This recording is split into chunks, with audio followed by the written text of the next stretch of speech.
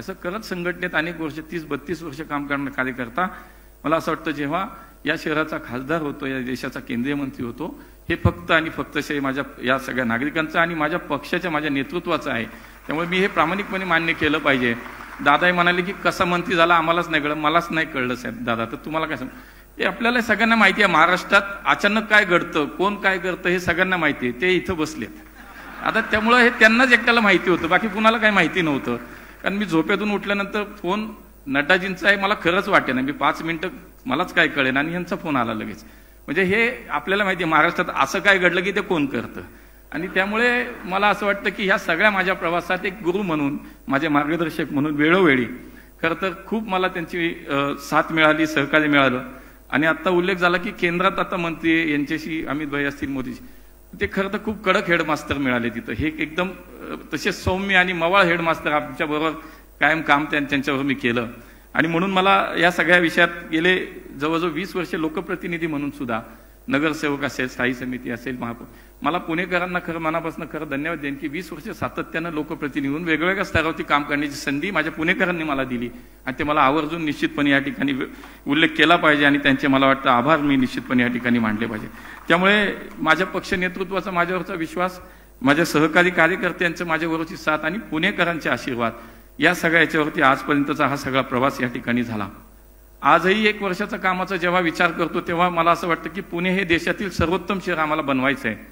आणि त्यासाठी राज्य सरकार, केंद्र सरकार, डबल इंजिनचं सरकार या ठिकाणी काम करतो आणि ते करत आहे. आणि मला असं वाटतं की ज्या ज्या वेळेला पुण्याचे अनेक विषय आहेत, पुण्याची मेट्रो आहे, पुण्याचा विमानतळ आहे, पुण्याच्या सार्वजनिक वाहतूक व्यवस्थेचा विषय आहे, पुण्याच्या घनकचऱ्याचा विषय, कितीतरी पुण्याचे विषय, ज्या ज्या वेळेला माननीय मुख्यमंत्री साहेबांकडे मी जातो, मला असं वाटतं माझ्यापेक्षा 4 गोष्टी त्यांना अधिक माहिती असतात. का तर पुण्यावरती त्यांचं असलेलं विशेष प्रेम हे आपण कायमच पाहतो. त्यामुळे ते मुंबईत जरी असले तरी त्यांच्या भाषणात पुण्याचा उल्लेख येतो, दिल्लीत जरी कुठल्या कार्यक्रमाला आले त्यांचं पुण्यावरचं प्रेम दिसून येतं. त्यामुळे पुण्याच्या विषयात माझं काम खूप हलकं झालं. मी काय सांगायला गेलो की त्याच्या आधी 2 पावलं त्यांनी टाकलेलीच असतात. त्यामुळे मला सांगतात की हा ठीक हे करू, पण त्याच्या आधी ते पुढे गेलेलेच असतात. त्यामुळे पुण्याच्या भविष्याचा विचार करणारे महाराष्ट्राचं नेतृत्व मुख्यमंत्री म्हणून आम्हाला मिळाला. आणि त्यामुळे आमच्यासारख्या कार्यकर्त्यांचं, आम्ही असेल, सगळे आमचे आमदार आहेत, सगळे मंत्री, सगळ्यांचं काम आमचं खूप हलकं झालं. त्यामुळे पुण्याच्या बाबतीत आपण विशेष प्रेम आपलं कायम दिसून आलं.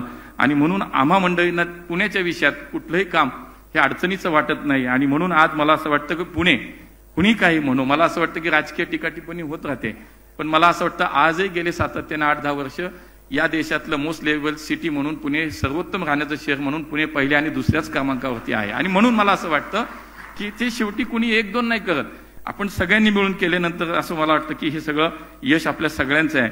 आणि म्हणून आज हे सगळं काम करत असताना 2 महत्वाची खाती मिळाली, दादांनी उल्लेख केला. आणि या सगळ्या खात्यामध्ये काम करत असताना मी निश्चित हा विचार करतो की शेवटी कुठेही देशभरामध्ये प्रवास झाला, फिरलो, तरी सुद्धा शेवटी जिथून मी निवडून आलो, जिथं माझ्या लोकांनी माझ्यावरती प्रेम केलं, त्यांच्यामुळे मी जिथे निवडून गेलो, तर शेवटी त्याला प्राधान्य, प्राथमिकता ही कायमच आयुष्यभर राहणार आहे. पुढचं माहीत नसतं काय हातात आहे नाही आहे, कुणालाही माहीत नसतं. पण मला असं वाटतं राजकीय क्षेत्र हे एकमेव असं क्षेत्र की त्याच्या इतकी अनिश्चितता कशातच नाही. आणि त्यामुळे हे पुढचं काही नाही. पण आज जे मला मिळालं की जेव्हा मला माझ्या पक्षांनी, माझ्या नेत्यांनी मला जे काम करायला किंवा पुणेकरांनी, तर माझा एवढाच प्रयत्न राहील की जी जी जबाबदारी दिली ती प्रामाणिकपणे पार पाडली पाहिजे, त्याच्यावरती काम केलं पाहिजे. आणि म्हणून मला असं वाटतं की हे सगळं जे काम झालं 1 वर्षामध्ये काम त्या अहवालाच्या स्वरूपात येईलच, मी काय फार त्याच्यामध्ये बोलणार नाही. पण मी मगाशी म्हणालो तसं वरती काम करताना खूप काही गोष्टी शिकायला मिळतात, खूप काही अनुभव येतात आणि दिसायला खूप छान वाटतं बाहेर की मंत्री बाबा काय हवा आहे, केंद्रात मंत्री, गाडी घोडा. पण मी मगाशी म्हणलं इथले हेडमास्टर आमचे मवाळ होते, सौम्य होते. थोडं काही चुकलं तरी थोडं काही नाही, थोडं कधीतरी 1-2 वेळा नाही गेलं तर नाही बोलले की टेन्शन यायचं, तुम्ही माझ्याशी का नाही बोलले, मला टेन्शन आलं. पण ते समजून घ्यायचं आपलं काहीतरी गडबड आहे, पण ते दुरुस्त आपण केलं की ते सगळं जागेवर यायचं. पण तिथं मात्र इतके कडक मास्तर आहेत. मला एकच उदाहरण मी फक्त सांगेन की ज्या वेळेला नुकतंच शपथविधी झाला आणि 6-7च दिवस झाले होते, मागच्या एका कार्यक्रमात मी कुठं, मी फार वेळ घेत नाही, 5 मिनिटात संपवतो. तर त्या ठिकाणी त्याच दिवशी एक 6 दिवस झाले आणि आम्हाला संध्याकाळी माननीय मोदीजींनी सगळे मंत्रिमंडळांना सहज गप्पा मारायला घरी बोलवलं होतं पीएम हाऊसला. आणि त्याच दिवशी सकाळी दिल्ली विमानतळावरती एक छत कोसळलं होतं आणि दिल्ली विमानतळाचं छत कोसळलं होतं आणि त्याच दिवशी संध्याकाळी आम्हाला सगळ्यांना बोलवलं होतं. आणि सगळे राज्यमंत्री होते, कॅबिनेट मिनिस्टर नव्हते, कारण राज्यमंत्र्यांनाही कुठेतरी बाबा त्यांच्यासोबत संवाद करावा, त्यांची थोडी भीती कमी व्हावी, असा कुठेतरी उद्देश त्यांचा होता. आणि सहज अशा एकदम अगदी इन्फॉर्मल गप्पा मारायला सुरुवात झाली. प्रत्येकाला सांगत होते की तुझी मिनिस्ट्री सांगा आणि तू हे सांग काय काय काम मिनिस्ट्रीत गेला का, रिव्ह्यू घेतला का, ब्रीफिंग घेतलं का, कसं वाटलं काय, आणि सांगा म्हणून. माझ्या वेळेला मी म्हटलं की माझ्याकडे सिव्हिल एव्हिएशन आणि सहकार.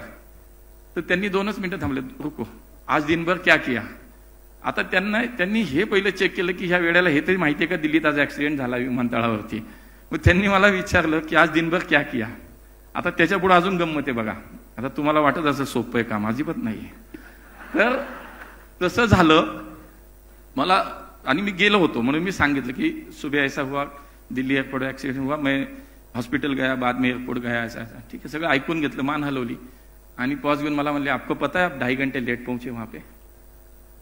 आता असं म्हटल्यानंतर मला वाटलं कुठून इथं आलो मी, काय काय करणं, आपला कार्यक्रम झाला वाटतं. ही जी पद्धत आहे. शिवाय त्याच्यानंतर आता परत एक 8-10 महिने झाले असतील, हरियाणातल्या एका एअरपोर्टचं उद्घाटन होतं आणि खरं तर शेजारी बसायचं म्हणलं नको वाटतं. तुम्ही तिकडं बघा, मी इकडं बघतो, असंच असतं सगळं ते. आणि तिथं शेजारी बसलो, विमानतळाचं उद्घाटन होतं, कार्यक्रम चालू होतं, ते असे बाजूला आले. म्हणलं झालं काहीतरी आता. तर मी गेलो शेजारी, असा 10-12 महीने हो गए, एक बार आओ तो सही, क्या किया क्या नहीं किया जरा बताओ तो सही.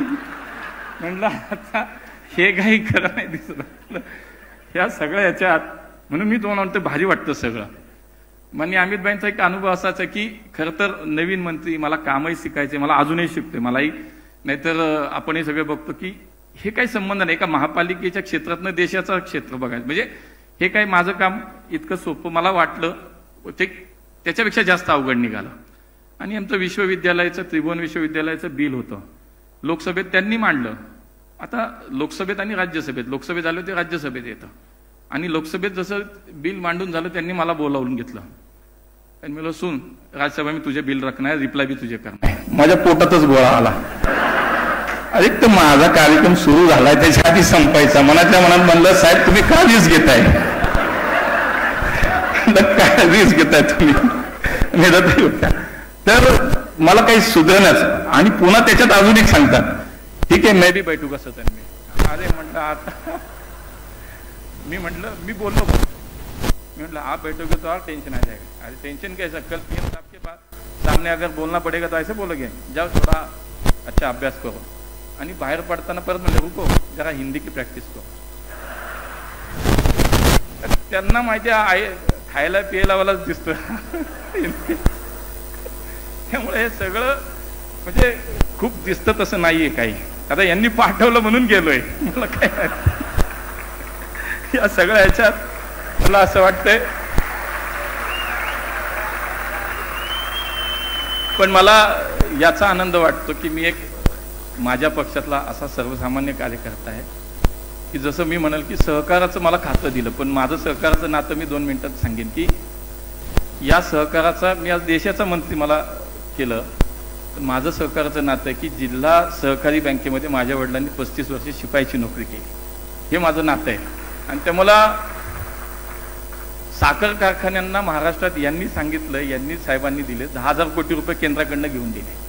आणि अनेक साखर कारखाने आणि सगळे ती लोक सगळी मंडळी दिल्लीत भेटायला येतात, साहेबांनी सांगितलं तुला भेटायला असं तसं सगळं. पण मला ते आठवतं की माझ्या वडिलांनी रसाचं गुऱ्हाळ चालवलं आणि तोच गुऱ्हाळाचा रस घेऊन आम्ही ट्रे घेऊन भाऊ दोघं वेगवेगळ्या ठिकाणी रस द्यायला जायचो. आणि आज ते सहकाराचं नातं, याचं एकच कारण आहे ते म्हणजे भारतीय जनता पार्टी. मला दुसरं काही नाही. मला असं वाटतं माझ्या पक्षाने, माझ्यासारख्या कार्यकर्ता, आणि सगळी मोठी मालिका आहे, सगळेच तसले, कोणीच नाही असं, सगळेच आमच्यात तसेच आहेत. इथं परिवारवाद नसतो, इथं जो काम करतो त्याला संधी दिली जाते आणि ते नेहमी नेहमी येतात. मी खाली सांगेल की इतका सगळा प्रवास झाला, या सगळ्या प्रवासात कधीही काय झालं तरी हक्कानं वाटलं काही तर जाण्याची एकच जागा असते, ती म्हणजे देवेंद्रजी फडणवीस आहे. आणि म्हणून मला कार्यकर्त्यांची ताकद, आमच्या सगळ्यांच्या बाबतीत हाच अनुभव आहे, कुणाचंच नाही, सगळेच आम्ही सगळेच तसेच आहोत. आज त्याच्यात त्यांच्याबरोबर दादांचं प्रेम, म्हणजे मागच्या 5-6 वर्षापासून आज दादांचा सहवास, हा सुद्धा मला वाटतं आमच्या सगळ्या कार्यकर्त्यांसाठी अत्यंत प्रेरणादायी एक प्रवास आहे की सर्वसामान्य माणसाच्या आयुष्यात एक प्रकाश म्हणून उभं राहणं, एक आधार म्हणून उभं राहण्याचं काम राजकारणाच्या पलीकडे जाऊन कोण करतं ते मी चंद्रकांत दादा सारख्यांचा उल्लेख करतो की आम्ही सगळ्यांनी जवळनं पाहिलं. आणि त्यामुळे मला असं वाटतं अशा नेत्यांच्या सहवासात काम करणारे आम्ही कार्यकर्ते, त्याचा मनापासून खूप आनंद वाटतो. आपण सगळ्यांनी काम दिलंय, माझ्या नेत्यांनी मला काम दिलंय, मी प्रामाणिकपणे हे काम करण्याचा कायम प्रयत्न करीन. हा अहवाल आपल्याला सादर करतोय, पुढच्या काळात अजून काम करायचंय एवढं निश्चित. त्यासाठी आपल्या सगळ्यांचं प्रेम, आशीर्वाद, शुभेच्छा कायम माझ्यासोबत अशाच राहू द्या हीच अपेक्षा. खूप खूप धन्यवाद. जय हिंद, जय महाराष्ट्र.